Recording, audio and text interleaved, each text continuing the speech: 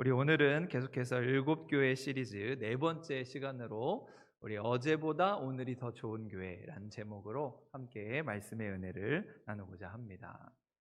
그럼 고려 말 나라의 운명이 기울어 가던 격동의 시대가 있었지요. 왕조가 흔들리고 이 권력의 중심이 요동을 치면서 사람들은 각기 자기 살 길을 찾기에 여념이 없었던 때였습니다. 그런데 그러한 변화의 흐름 앞에서 고려를 지키려는 한 남자가 있었습니다. 그 사람이 바로 고려의 마지막 충신이라 불리는 포은 정몽주라는 인물이지요. 이성계의 아들 이방원은 이러한 정몽주의 마음을 돌리기 위해서 이제 한 수의 시를 지어 보내지요. 그것이 그 유명한 하여가인데요. 이런들 어떠하리 저런들 어떠하리 만수상 드런치기 얽혀진들 어떠하리 우리도 이같이 얽혀 백년까지 누리리라. 이것은 단순히 술자리에서 불렀던 문학적인 그런 시가 아니었습니다. 삶과 죽음을 가르는 회유와 협박의 그런 시였던 것이지요. 이 제안을 받아들이면 살게 될 것이고 이 제안을 거절하게 되면 죽음뿐인 그런 상황이었습니다. 그때 정몽주는 일말의 망설임도 없이 답가를 내놓지요. 그것이 유명한 단심가인데요. 이 몸이 죽고 100번 고쳐주고 백골이 진토에 대어 넋이라도 있고 없고 임향한 일편단심이야 가실 줄이 있으랴. 결국 정몽주는 선주교 위에서 철퇴를 맞고 생을 마감하게 됩니다. 그리고 그가 흘린 피는 붉게 남아서 충절의 상징이 되었습니다. 그는 타협하여 사는 길 대신에 죽음으로 지키는 한 나라를 지키려고 했던 그런 충절의 충신이 되었던 것이지요. 이런 비장한 고려 말 또 조선 초기의 역사의 한 장면이 오늘 우리가 함께 읽은 이 요한계시록의 두아디라 교회의 이야기와 맞닿아 있음을 보게 됩니다. 여러분 오늘 본문의 이 두아디라 교회는 정몽주와 같은 기로에 서 있었습니다. 상업이 발달한 지역에서 먹고 살기 위해서 상인조합, 우리로 말하면 노동조합이겠죠. 노조에 들어가야 먹고 살 수가 있었고, 그러려면 우상에게 절을 하고 또 음란한 그런 문화를 즐기는 회식 자리에서 마치 드렁치처럼 얽혀야만 했던 것입니다. 그때 사탄은 이세벨의 입을 통해서 속삭입니다. 이런들 어떠하고 저런들 어떠하리 적당히 세상과 섞여 살면서 장사도 하고 성공해야 하지 않겠느냐. 그러나 주님은 오늘 불꽃과 같은 눈으로 우리에게 말씀하십니다. 나는 너희의 일편단심을 보고 싶다. 여러분 우리가 살아가는 시대는 우리에게 적당히 타협하며 살 것을 요구하지요. 그러나 하나님은 일편단심, 오직 예수님을 향한 붉은 마음을 지키는 자들, 그 모습을 우리에게 요구하고 있습니다. 비록 손해를 본다 할지라도, 때론 미련하다고 조롱을 듣는다 할지라도, 아무도 알아주지 않는 외로운 길을 걷는다 할지라도 주님을 향한 충절과 충심을 지키는 것, 그것이 바로 이 요한계시록에서 말하는 이기는 자에게 주시는 영광이라 확신합니다. 여러분 그런 의미에서 오늘도 주시는 말씀 속에서 우리의 무너진 신앙의 재단을 다시 한번 쌓고 그 일편단심의 신앙을 회복하는 결단의 시간이 될 수 있기를 간절히 소망합니다. 여러분 오늘 우리가 함께 살펴볼 말씀은 요한계시록의 7교회 시리즈 중에서 네 번째 시간으로 두아디라 교회 이야기를 살펴보려고 합니다. 여러분 먼저 오늘 본문의 배경이 되는 이 두아디라 도시는 우리가 지난주에 살펴본 버가모로부터 내륙으로 한 55km 정도, 그러니까 안쪽으로 더 들어가야 나오는 아주 작은 그런 소도시였습니다. 알렉산더 대왕의 신하였던 셀레우코스 1세가 건설해서 자기의 딸 이름을 기념하기 위해서 두아디라, 그러니까 그 신하의 이름이 두아디라였는데 그 딸의 이름으로 도시의 이름을 정하게 된 것이지요. 이는 본래 당시에 이제 수도였던, 지난주에 살펴봤던 큰 버가모 도시를 지키기 위해서 이 두아디라 도시에 많은 군인들을 배치하고 이제 군사적인 요충지로서 역할을 하게 되었습니다. 그런데 이 군사 도시보다 더 중요한 특징은 이곳이 바로 아주 번성한 상업 도시였다는 것입니다. 이제 오늘날로 말하면 공단이 많고 상가가 밀집해 있어서 사람들이 아주 바쁘게 움직이는, 마치 우리 청주 정도 되는 그런 도시지 않았을까 생각을 합니다. 여러분 그래서 당시 이곳에는 우리 양모와 염색과 가죽과 같은 산업이 발달을 했고 이제 그러기 위해서 상인들이 아주 조직적으로 조합을 만들어서 그 조합을 결성하면서 많은 영향력을 미치고 있었습니다. 그러니까 이 두아디라에서 먹고 살기 위해서 또 장사를 하기 위해서는 반드시 이 길드라고 하는 상인 조합에 가입을 해야 하는데, 이런 문제는 이 상인 조합이 그냥 경제 활동만 하는 것이 아니었다는 것이죠. 우리가 옛날에 고사를 지내듯이 이제 상인 조합 무언가를 시작하려면 자기들이 만들어 놓은 우상 제단에 제사를 드리고, 제사가 끝나면 그 제사상에서 나오는 음식이 있지 않습니까? 떡과 고기와 그리고 술을 가져다가 아주 음란한 술자리 문화를 만드는 것이 관례였습니다. 마치 우리나라의 단란주점처럼 술을 마시고 여자들을 불러서 아주 음행한, 아주 그렇게 타락한 모습들을 보이게 된 것이지요. 또 요즘 우리가 갖는 이런 술자리의 문화가 아마 고대로부터 이렇게 내려온 것이 아닐까 생각을 해 봅니다. 여러분, 그러다 보니까 여러분 성도들은 이런 선택의 기로에 있었습니다. 저 조합 모임에 가서 우상에게 절하고 눈 한번 딱 감고 그냥 술자리를 즐길 것인가, 아니면 내가 그 조합 모임을 거절하고 왕따를 당해서 밥줄이 끊길 것인가. 마치 정몽주에게 하여가를 부르며 유혹을 했던 그 이방원의 회유와 같은 똑같은 상황이 매일매일 벌어지는 것이 바로 이 두아디라라고 하는 곳이었습니다. 그렇다면 이러한 척박한 도시에 어떻게 복음이 뿌리를 내려서 교회가 세워지게 되었을까? 학자들은 사도행전 16장에 나오는 자주색 옷감 장사 루디아를 주목합니다. 사도행전 16장 14절의 말씀인데요, 두아디라시에 있는 자색 옷감 장사로서 하나님을 섬기는 루디아라 하는 한 여자가 말을 듣고 있을 때 주께서 그의 마음을 열어서 바울을 따르게 하셨다 말씀을 합니다. 그러니까 사도 바울이 이제 빌립보 지역에 전도 여행을 하면서 이런 유럽에 처음 복음이 전해지면서 그 복음을 가장 먼저 받아들인 여인이 바로 루디아라고 하는 여인이었는데, 이 루디아가 바로 이 두아디라 출신이었다는 것입니다. 아마도 루디아는 이 처음에는 두아디라 지역에 살다가 이제 바다를 건너서 빌립보 지역으로 시집을 가지 않았을까 생각을 합니다. 여러분, 그런데 이 루디아의 친정 도시는 아까 말씀드린 대로 옷감을 염색하는 기술이 발달을 한 도시였고, 특별히 자색 옷감으로 아주 유명했습니다. 그래서 루디아는 자기의 친정 두아디라에서 옷감을 떼다가 빌립보에 판매하는 사업을 하면서 큰 부를 이루게 된 것이죠. 그리고 루디아는 빌립보에 거주하면서 사도 바울을 만나 회심하게 되었고, 자신뿐만 아니라 온 식구들, 온 가족들이 예수님을 믿고 세례를 받게 되면서 바로 그 루디아의 가정에서 교회가 시작되었는데, 그 교회가 바로 빌립보 교회입니다.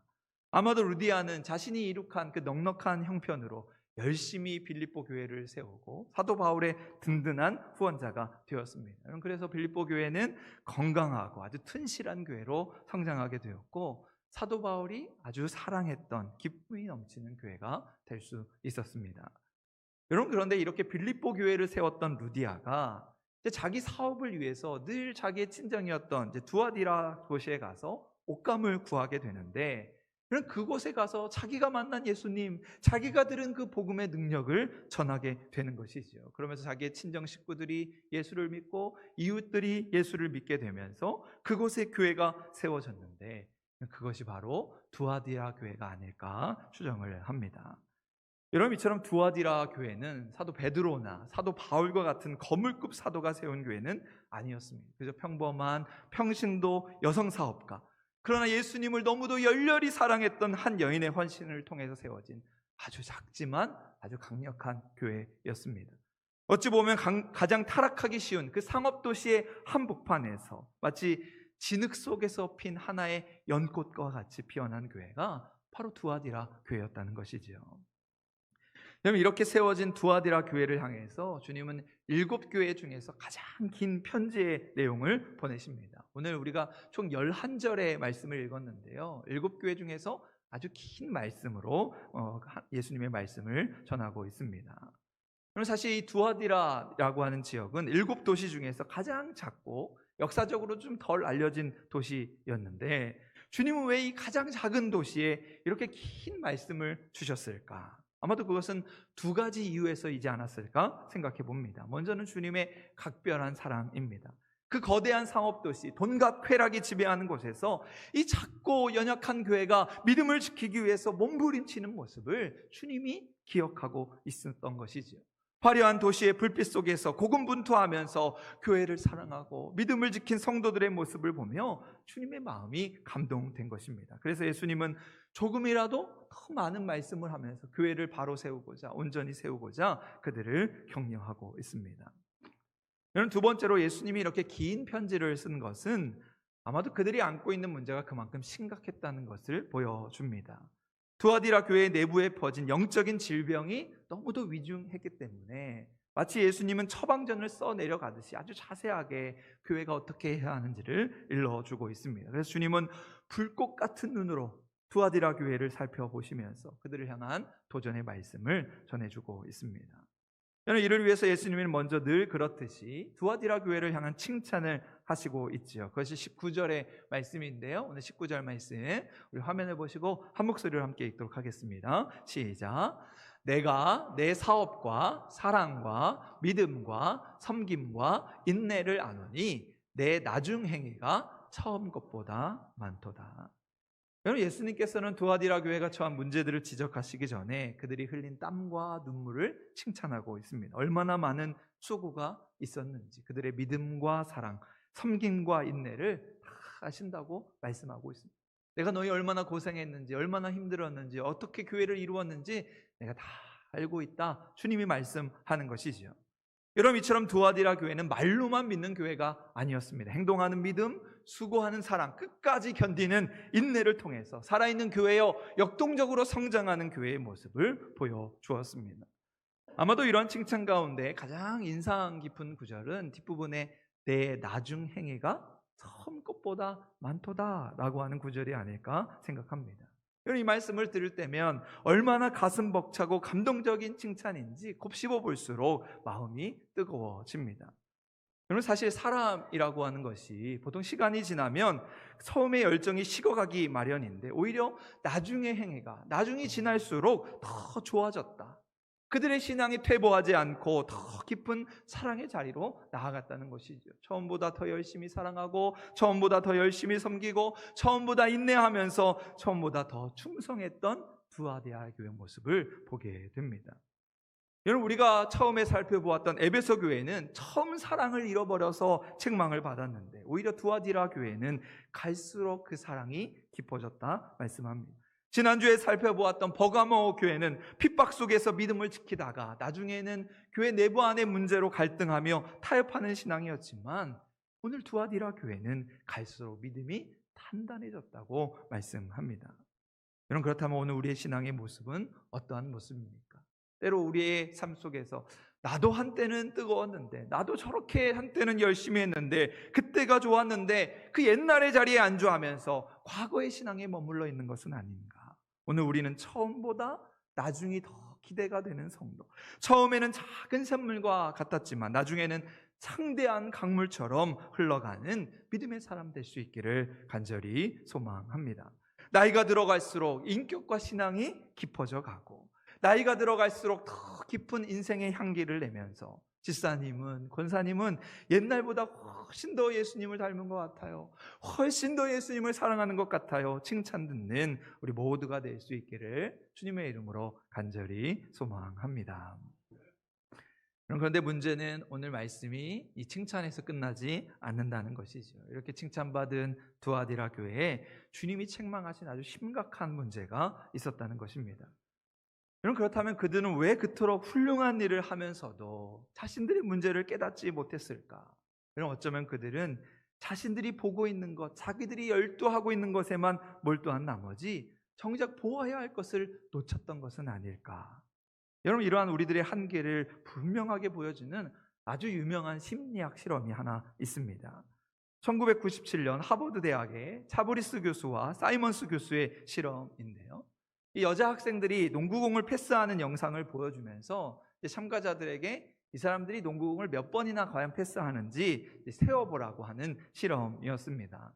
아마 너무도 유명한 영상이어서 보신 분들도 있겠지만 저희도 한번 그 실험을 한번 해보려고 하는데요. 제가 지금 영상을 하나 보여드릴 텐데 이 영상에 검은색 옷을 입은 사람이 있고 흰색 옷을 입은 사람이 있습니다.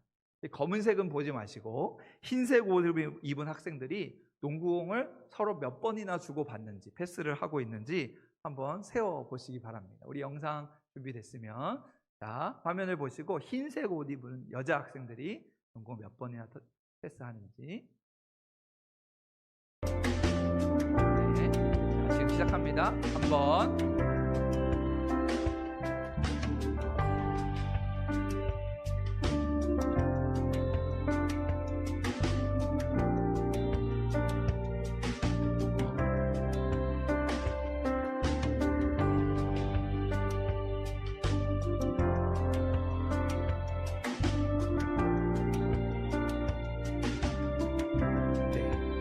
짧은 영상인데요.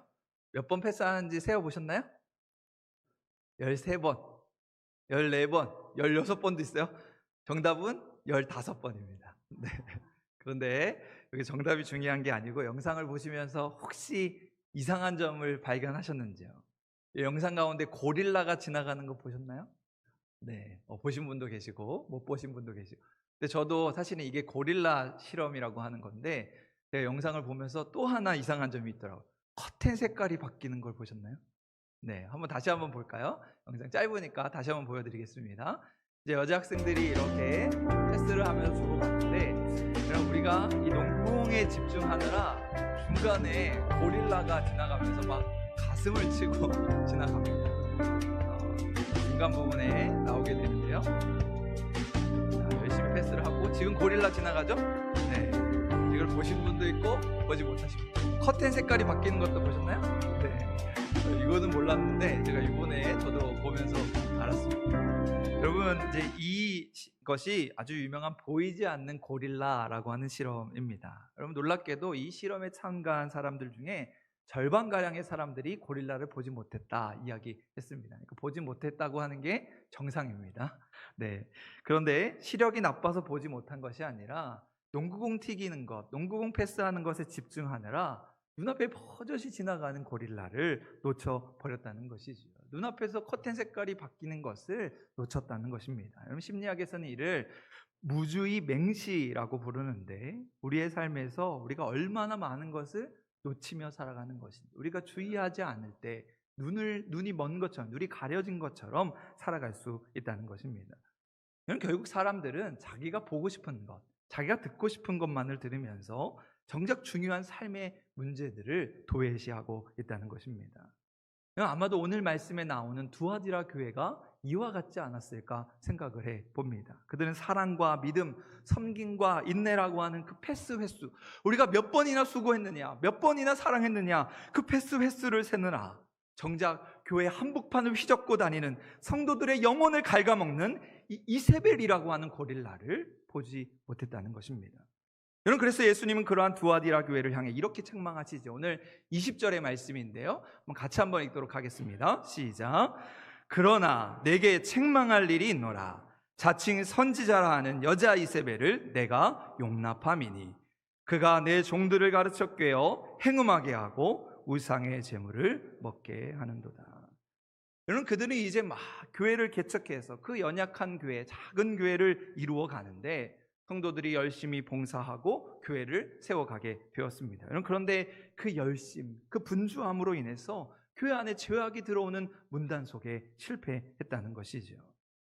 여러분, 우리는 흔히 누가 무엇을 했느냐, 눈에 보이는 성과에 쉽게 반응합니다. 여러분, 그래서 내가 교회를 위해서 옛날부터 어떤 일을 했는지, 얼마나 꼼꼼하게 일을 잘했는지 그 패스 횟수를 세느라 다른 것을 놓치고 있는 것이죠. 하지만 하나님이 보시는 것은 나의 과거, 나의 업적이 아니라 그를 통해서 무엇이 남겨졌는가 관심을 두고 계십니다. 그 열심과 헌신으로 맺힌 생명의 열매가 무엇이냐, 그 사람을 통해서 얼마나 예수님의 향기가 나타나느냐, 예수님은 그것을 우리에게 묻고 있습니다. 여러분, 그런데 이러한 기준에서 볼 때 두아디라 교회는 아주 치명적인 문제를 안고 있었습니다. 그들의 열심 뒤편에 이 교회의 거룩함을 갉아먹고 죄악의 악취를 풍기게 하는 존재가 버젓이 자리 잡고 있었다는 것이죠. 그것이 예수님이 지적하신 이세벨이었습니다. 여러분, 이세벨이라고 하는 여인은 구약 성경에 나오는 북왕국 아합 왕의 아내였지요. 자신의 고향이었던 두로와 시돈에서 섬기는 바알이라고 하는 우상을 우리말로 수입해서 이스라엘에 본격적으로 들어오게 한 그런 인물입니다. 그녀는 왕비라고 하는 직함을 가지고 선지자들을 박해하고 우상숭배를 퍼뜨린 아주 악한 왕비로 기억되면서 우상숭배와 영적 타락의 상징이 되어버렸습니다. 그래서 오늘 말씀에서도 이런 이세벨을 언급하면서 이 두아디라 교회의 문제를 지적합니다. 본문에서 이세벨이라고 하는 자는 자기를 가리켜서 나는 자칭 선지자라, 나는 이런 사람이라 자기를 칭하면서 교회 안에 침투해 있었던 아주 교묘한 유혹의 실체를 보여주고 있습니다. 여러분, 그렇다면 도대체 이세벨은 누구였을까? 이 두아디라 교회에 있었던 이세벨에 대해서 여러 가지 추정이 있겠지만 이 북이스라엘 왕비 이세벨을 떠올리게 할 만큼 이 두아디라 교회를 흔들었던 한 여성이 자기가 가진 힘과 권력을 사용해서 교회를 흔들었던 것으로 보여집니다. 그런데 오늘 말씀에서 주님이 책망하시는 중요한 말씀은 내가 이 여자 이세벨을 용납했다라고 하는 구절이죠. 여러분, 왜 두아디라 교회는 이세벨이 이렇게 잘못된 일을 하는데도 그냥 가만히 용납하고 있었던 것일까? 어쩌면 자신들은 열심히 신앙생활했지만 주변 일에 일어나는 일에 대해서 무감각했던 것이라 할 수 있습니다. 겉으로는 교회가 잘 자리 잡은 것처럼 보였지만 그 안에 독초가 자라나고 있었던 것이지요. 두아디라 교회는 열심과 수고로 밭을 갈았지만 그 안에 독초가 자라고 있었다면 그 밭은 결국 망가지게 되어 있습니다. 이것이 바로 주님이 말씀하신 이세벨을 용납했다는 책망의 말씀입니다. 그럼 여기에서 우리가 기억해야 할 것은 죄를 용납하는 것과 죄인을 용납하는 것은 아주 다른 일이라는 것입니다. 죄인을 용납하고 사랑하는 것은 하나님의 뜻이지요. 그러나 죄를 용납하는 것은 하나님의 진노를 일으키게 됩니다. 하나님께서는 우리의 죄를 용납하시는 것이 아니라 죄인인 우리 한 사람을 위해서 십자가에 죽으셨다는 것이죠. 결국 죄에 대한 나약함, 죄에 대한 관대함이 역사 속에서 두아디라 교회를 사라지게 만든 원인이 되었다는 것입니다. 그런데 더 나쁜 것은 이 이세벨이라고 하는 여인에게 회개할 기회가 주어졌는데 회개하지 않고 계속해서 음행을 저질렀다는 것입니다. 21절의 말씀인데요. 또 내가 그에게 회개할 기회를 주었으되 자기의 음행을 회개하고자 하지 아니하는도다. 여러분, 이 구절이 전하는 것은 이 거짓 선지자에게 회개할 기회가 있었는데 여전히 회개하지 않고 계속해서 음행을 저질렀다는 것이지요. 그럼 우리의 문제는 죄를 짓는 것보다 죄를 지은 다음에 있습니다. 우리 중에 누가 완전할 수 있겠습니까? 누구나 실수할 수 있고 죄를 범할 수 있지요. 하지만 그 이후에 우리의 자세, 우리의 태도가 우리의 신앙을 결정하게 됩니다.